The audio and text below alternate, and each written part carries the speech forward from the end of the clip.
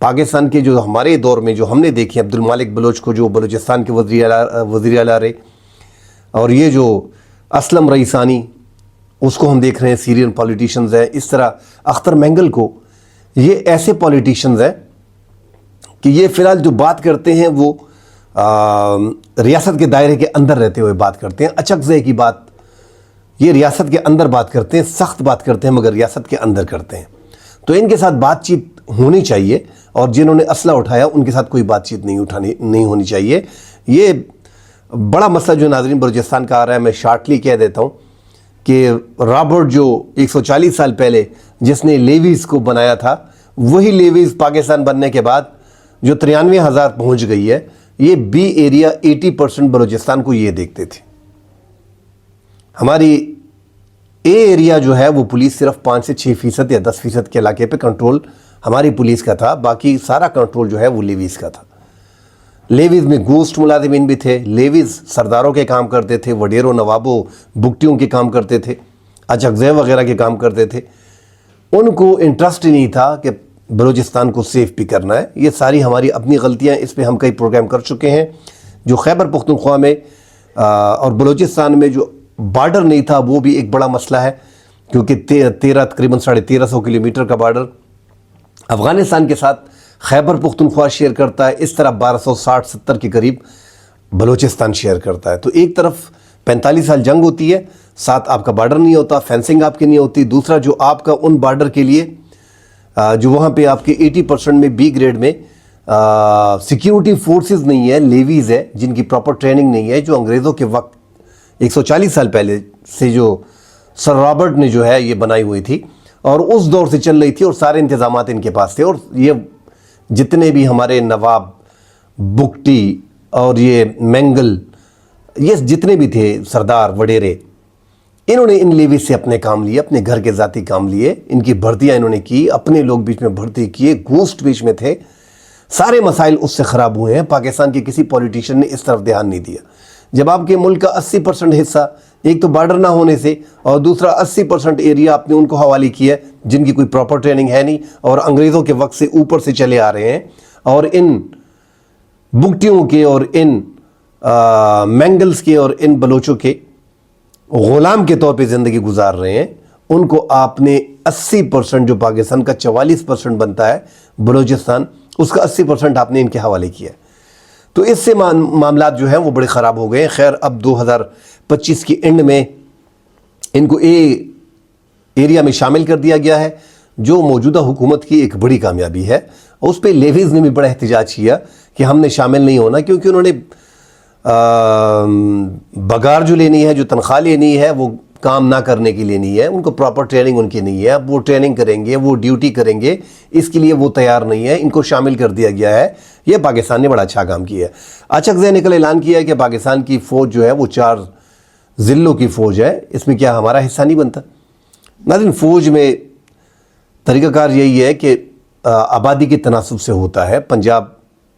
کی جتنی آبادی ہے 50-51%، 40 سے 45% فوج اس کی ہے، فوج میں پنجاب کے لوگ شامل ہیں۔ 5 سے 6% جو ہے بلوچستان کی آبادی کا حصہ پاکستان کا بنتا ہے، تو 5%، 6% تقریباً بلوچستان کی فوج ہے۔ اس طرح کے پی کی فوج ہے، اس طرح سندھ کی فوج ہے۔ گلگت بلتستان اور کشمیر کو، گلگت بلتستان کا حصہ 2-3% ہوگا، ان کو 11% رکھا گیا ہے۔ اس طرح 4%، 2% کشمیر ہوگا، 5% ان کو رکھا گیا ہے۔ تو پورے ملک کی اس میں نمائندگی موجود ہے۔ اور اس سے بڑھ کے خیبر پختونخوا میں جو EFC، یہ خیبر پختونخوا کی جو 85 ہزار اس میں جو اس ٹائم پہ ڈیوٹی ادا کر رہے ہیں، وہ سارے خیبر پختونخوا کے ہیں۔ بلوچستان میں جو بارڈر کی حفاظت، افغانستان کے بارڈر کی، ایران کے بارڈر کی وہ کر رہے ہیں، وہ تقریباً 80 سے 90 ہزار ہیں، وہ سارے بیچ میں بلوچستان کے ہیں۔ تو یہ ساری فورس آپ دیکھ لیں کہ 90-93 ہزار تو آپ کو وہاں پہ دے دیا، یہ ساری ہی فورس ہے۔ تو وہ کہنا اچکزے کا ایک ایسا بیان میرے خیال میں انتہائی مایوس کن بیان تھا۔ اپوزیشن لیڈر کے ہوتے ہوئے ایسا بیان دینا، ملک میں نفاق پیدا کرنا۔ ویسے ہی پاکستان میں حالات جو ہیں وہ اس قدر بہتر نہیں ہے کہ ایسے موقع پہ آپ ایسے بیانات دیتے رہیں۔ بہرحال ان سے بات چیت ہونی چاہیے جو ریاست کے اندر موجود ہیں، کیونکہ آپ ان کا کچھ بھی نہیں کر سکتے۔ اس ٹائم پہ وہ اوپنلی ہر جگہ پہ بات کرتے ہیں، اور گھیرا ان کے خلاف مزید تنگ نہیں کرنا چاہیے۔ اختر مینگل سے بات کریں، عبد المالک بلوچ، دونوں سابق وزیر اعلیٰ رہے ہیں، اور جو BYC ہے بلوچ گہتی کمیٹی، مارنگ بلوچ جو گرفتار ہیں، ان کی سمی دین بلوچ ہر جگہ پہ اپنا بیان جاری کر دیتی ہے۔ ان سب سے آپ اگر آئین کے اندر رہتے ہوئے یہ بات کرتے ہیں تو ان سے بات کرنی چاہیے۔ بشیر زیب جن کا کل جو ہے 2 گھر، ان کے آبائی 2 گھر جو نوشکی میں تھے وہ تباہ کر دیے گئے ہیں، انہوں نے پاکستان کے خلاف ایک محاذ کھولا ہوا ہے، ان کو تو بالکل معافی نہیں ملنی چاہیے۔ بہرحال ناظرین، بلوچستان کے حالات کنٹرول میں ہیں، اور پاکستان کے SSG اور پاکستان نے اس ٹائم کے پاکستان کی جو فورس ہیں انہوں نے باقاعدہ کارروائیاں اپنی شروع کر دی ہیں، اور ایک کونے سے لے کے دوسرے کونے تک ہر قسم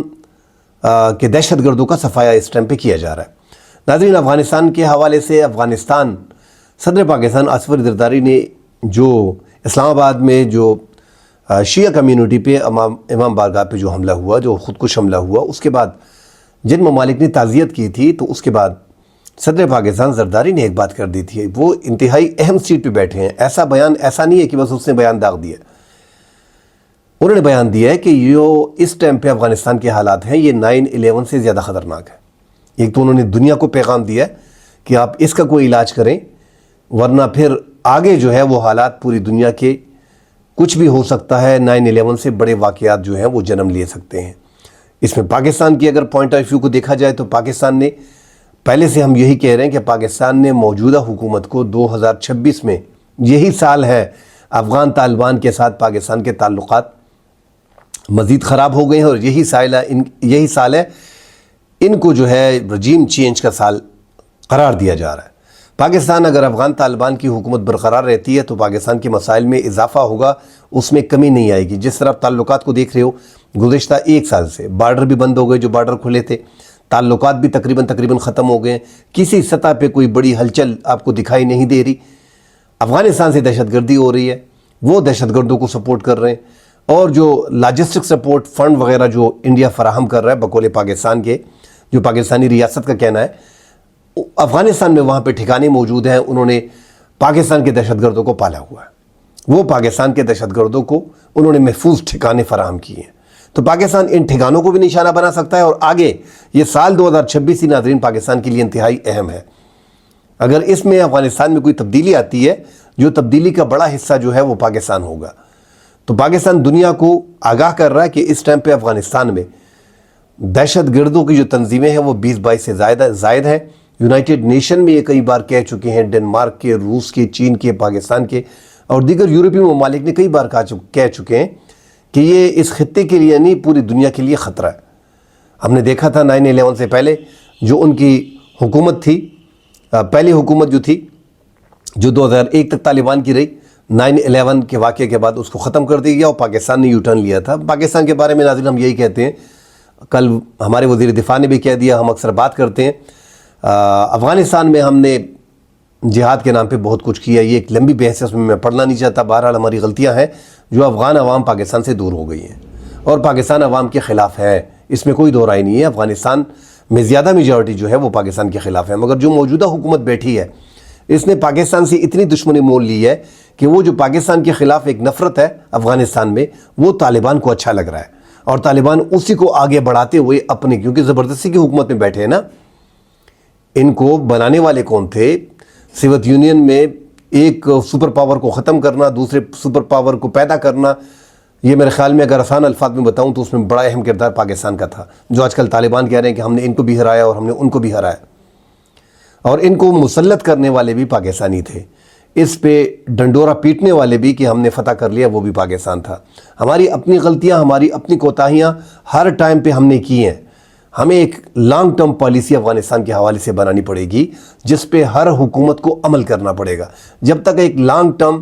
10, 15, 20 سال کی پالیسی آپ افغانستان کے لیے نہیں بنائیں گے تو ہر حکومت اسی طرح آئے گی، اپنی پالیسی لے کے آئے گی، پھر وزیر دفاع اسمبلی پہ فلور پہ کھڑا ہوگا، وہ مشرف کو بھی گالیاں دیتا ہوگا، وہ ضیاء الحق کو بھی گالی دے گا، وہ دوسری تیسری کو بھی گالی دے گا، اور موجودہ حکومت کو بھی گالی دے گا۔ اگلا جو وزیر دفاع آئے گا، وزیر داخلہ آئے گا، وزیر اعظم آئے گا، ان کو گالیاں دے گا۔ تو ہونا یہ چاہیے کہ آپ ایک افغانستان کے حوالے سے، کیونکہ افغانستان ہمارے لیے بڑا ہے، 2640 کلومیٹر کا بارڈر آپ شیئر کر رہے ہو، زیادہ تر دہشت گردی آپ کی افغانستان سے پاکستان میں ہو رہی ہے، آپ کے دہشت گردوں کو انہیں پالا ہوا ہے۔ ضرب عضب میں جو لوگ گئے ہیں، جو 15 سے 20 ہزار کے لگ بھگ جو اندازہ ہے 2011 میں 2013 میں 2012 میں جو لوگ گئے ہیں ڈر کے مارے آپریشن کے، وہ وہاں پہ بیٹھ کے جب افغان طالبان کی حکومت آئی ہے تو وہ واپس آنا شروع ہو گئے ہیں، ان کو ایک سٹرنتھ ملی ہے اور وہ اب بڑھ چڑھ کے پاکستان میں جو ہے وہ حملے کر رہے ہیں۔ تو ان سب کو ناظرین بڑے قریب سے دیکھنا ہوگا۔ افغانستان کے حوالے سے ایک مربوط پالیسی پاکستان بنائے گا، اور پاکستان کو بنانی چاہیے۔ جب آپ بنائیں گے ایک پلان اور اس پہ کوئی بھی حکومت آئے، چاہے وہ جمہوری حکومت ہو، چاہے وہ زبردستی کی حکومت ہو، چاہے مارشل لا ہو، پاکستان میں تو چونکہ اسٹیبلشمنٹ کا رول زیادہ ہوتا ہے تو اس پہ منوال عمل کرنا ہوگا، وہ پالیسی کوئی چینج نہیں کر پائے گا۔ اسی طرح بیٹھ کے اپوزیشن کو بٹھائیں، گورنمنٹ کو بٹھائیں، ہماری سیکیورٹی فورسز بیٹھیں اور ایک مکمل لاہ عمل طے کریں اور ایک پالیسی افغانستان کے حوالے سے بنائیں۔ ساتھ ہی ناظرین، اورکزے میں جو 5 شدت پسند دہشت گردوں کو ہلاک کر دیا گیا ہے، جو بتایا جا رہا ہے کہ خبر جو آئی ہے کہ دراندازی افغانستان سے کی گئی ہے، تو اورکزے کا کوئی بارڈر افغانستان سے نہیں لگ رہا، مگر اورکزے چونکہ خیبر اور کرم سے لگ رہا ہے اور وہاں پہ بارڈر جو ہے وہ افغانستان کے ساتھ لگ رہے ہیں، اور یہاں ان کا ایک دوسرے کے ضلع میں آنا اور افغانستان سے ہی آتے ہیں، تو سیکیورٹی فورسز ان کو ٹارگٹ کیا اور وہاں پہ فضائی کارروائی کی ہے، جس میں یہ اورکزے کا علاقہ جو ہے وچا پالا، وہاں پہ 5 شدت پسند دہشت گردوں کو ہلاک کیا ہے، 4 بیچ میں زخمی ہیں۔ اس میں کوئی دو رائے نہیں کہ ان ٹھنڈ کے موسم میں کرم کا علاقہ منفی میں ہے، شمالی جنوبی وزیرستان کا علاقہ جو ہے مائنس میں جا رہا ہے، وادی تیرا کا علاقہ جو 46 کلومیٹر کا افغانستان کے ساتھ لگ رہا ہے، جہاں پہ آپریشن ایکسپیکٹڈ تھا مگر وہاں پہ آپریشن نہیں ہو رہا، خراب موسم کے باعث صوبائی حکومت اور وفاقی حکومت ایک پیش پہ آ گئی ہے، وہاں پہ بھی برف باری ہو رہی ہے۔ باجوڑ کے علاقوں میں جو کنڑ کے ساتھ اس سائٹ پہ لگ رہے ہیں، چترال کے علاقوں میں جو لور چترال ہے اور بدخشاں کے ایریا اور کنڑ اور نورستان کے ساتھ لگتا ہے، ان سارے علاقوں سے ان ٹھنڈی کے موسم میں دشوار گزار راستے ہیں، جہاں پر ہماری چیک پوائنٹیں 10 سے 15 کلومیٹر 20 کلومیٹر دور ہوتی ہیں، ان ٹھنڈ کے ایریاز میں وہ پاکستان میں داخل ہوتے ہیں اور یہی انہوں نے ٹارگٹ کیا ہوتا ہے۔ آپ نے پچھلے دنوں دیکھا ہوگا کئی شدت پسند دہشت گرد برفیلی تودے کے نیچے آ کے جو ہے دب کے وہ ہلاک ہو گئے ہیں، کئی بیچ میں ہلاک ہو گئے ہیں۔ بہرحال افغانستان کے حوالے سے انشاءاللہ اگلی ویڈیو میں ڈیٹیل سے بات کریں گے۔ فی الحال کے لیے اجازت دیجیے، اللہ حافظ۔